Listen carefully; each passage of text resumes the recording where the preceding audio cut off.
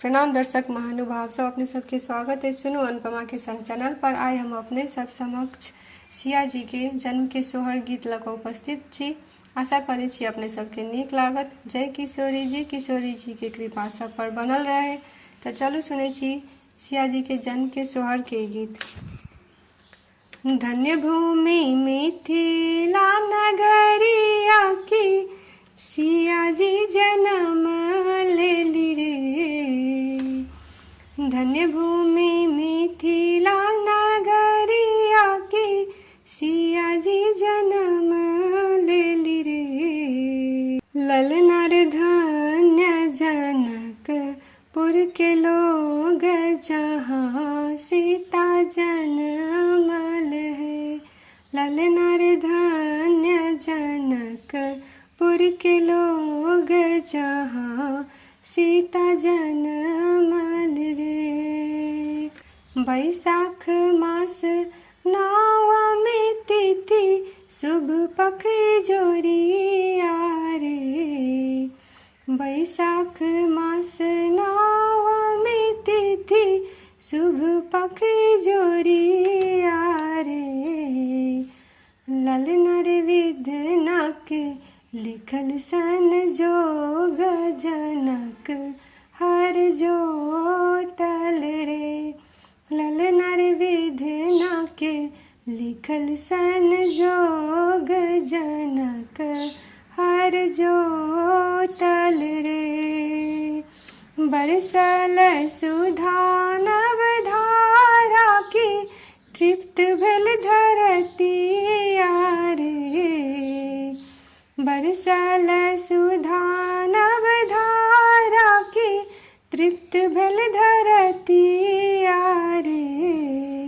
ललनर जागल भाग जनक जी के सिया सन धिया रे। ललनर जागल भाग जनक जी के सिया सन धिया रे। आउल आनंदक बरखा की मंगल भेल घर घर है। आउल आनंदक बरखा की मंगल भेल घर घर है। ललनर बाजन लागल चहुदिस बाजा महल बीच सोहर है। ललनर बाजन लागल चहुदिस बाजा महल बीच सोहर है। जनक लुटावे सोना रूपा सुनैना भूषण रे। जनक लुटावे सोना रूपा सुनैना भूषण रे।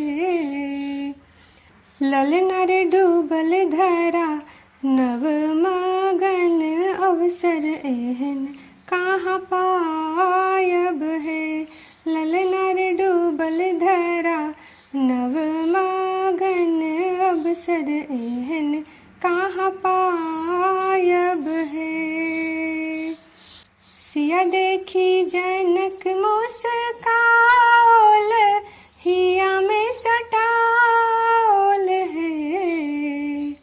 सिया देखी जनक जी मुस्काओल हिया में सटाओल है। ललनर रानी सुनना लेली कोर की ममता लुटाओल है। ललनर रानी सुनना लेली कोर की ममता लुटाओल रे।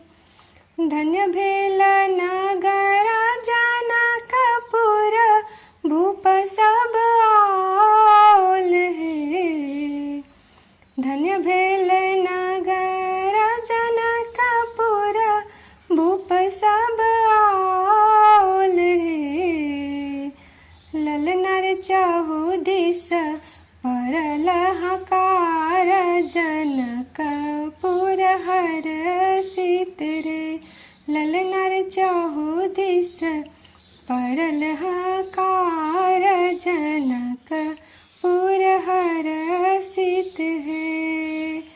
धन भेल मिथिला के भाग्य की सिया धिया होल रे। धन भेल मिथिला के भाग्य की सिया धिया जनमल है। सगरो बजैया बधैया के डिग डिग डंका रे।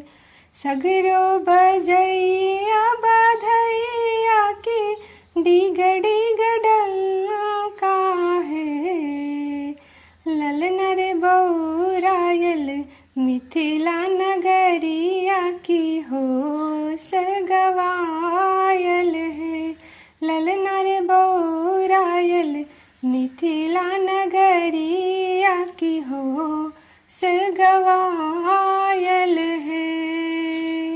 धन्य भूमि मिथिला नगरिया की सिया धिया जनमल है। धन्य भूमि मिथिला नगरिया की सिया धिया जनमल है। ललना रे धन्य जनकपुर के लोग जहाँ सीता जनमल है। ललना रे धन्य जनकपुर के लोग जहाँ सीता जनमल है। जो अपने सबके ई गीत निक लागल हो तो कृपया वीडियो के लाइक शेयर आ चैनल के सब्सक्राइब कर देव। एते अनुरोध करके अपने सबसे विदा ले छी। धन्यवाद।